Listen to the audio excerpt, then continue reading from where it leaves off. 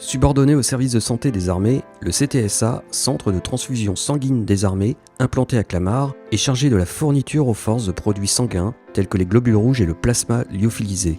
Depuis septembre 2017, le CTSA dispose d'une nouvelle unité, l'unité de production de médicaments de thérapie innovante, l'UMTI. Les militaires sont exposés à des risques de brûlure, qu'elles soient thermiques ou éventuellement radiologiques et chimiques, qui peuvent conduire à des blessures très graves qui sont potentiellement des impasses thérapeutiques.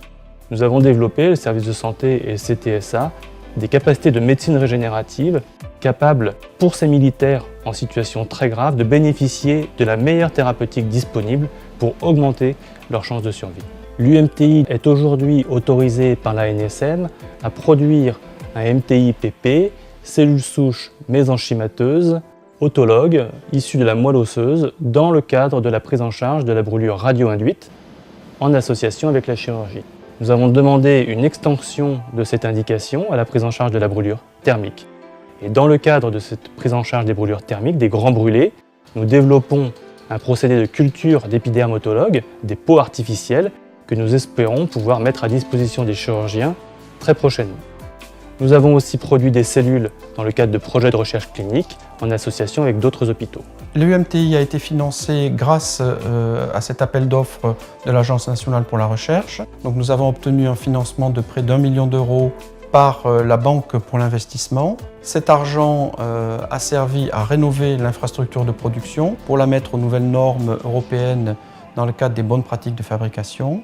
Il s'agit d'une infrastructure de type pharmaceutique avec des locaux en pression positive. Nous appelons ça des zones à atmosphère contrôlée. Les techniciens produisent dans des zones dites A dans B, c'est-à-dire des zones extrêmement propres qui sont exemptes de contamination particulière ou microbiologique. Nous avons 2 salles de production, une salle pour les cellules souches mésenchymateuses et une salle de production dédiée à l'épiderme de culture. Pour accéder à ces 2 salles de travail, nous avons des sas personnels, nous avons également des passe-plats et nous avons aussi un local qui va nous permettre de faire de la cryoconservation et du stockage en salle azote.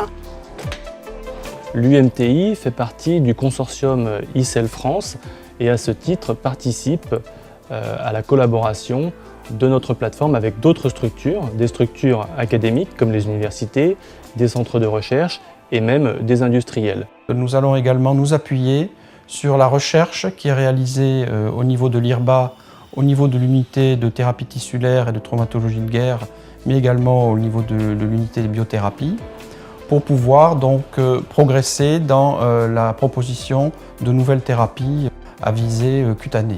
Par ailleurs, nous avons engagé une démarche pour changer de statut juridique et nous permettre ainsi de répondre à des appels d'offres européens. Avec ce nouveau statut, nous pourrons exporter nos cellules et valoriser encore mieux notre activité.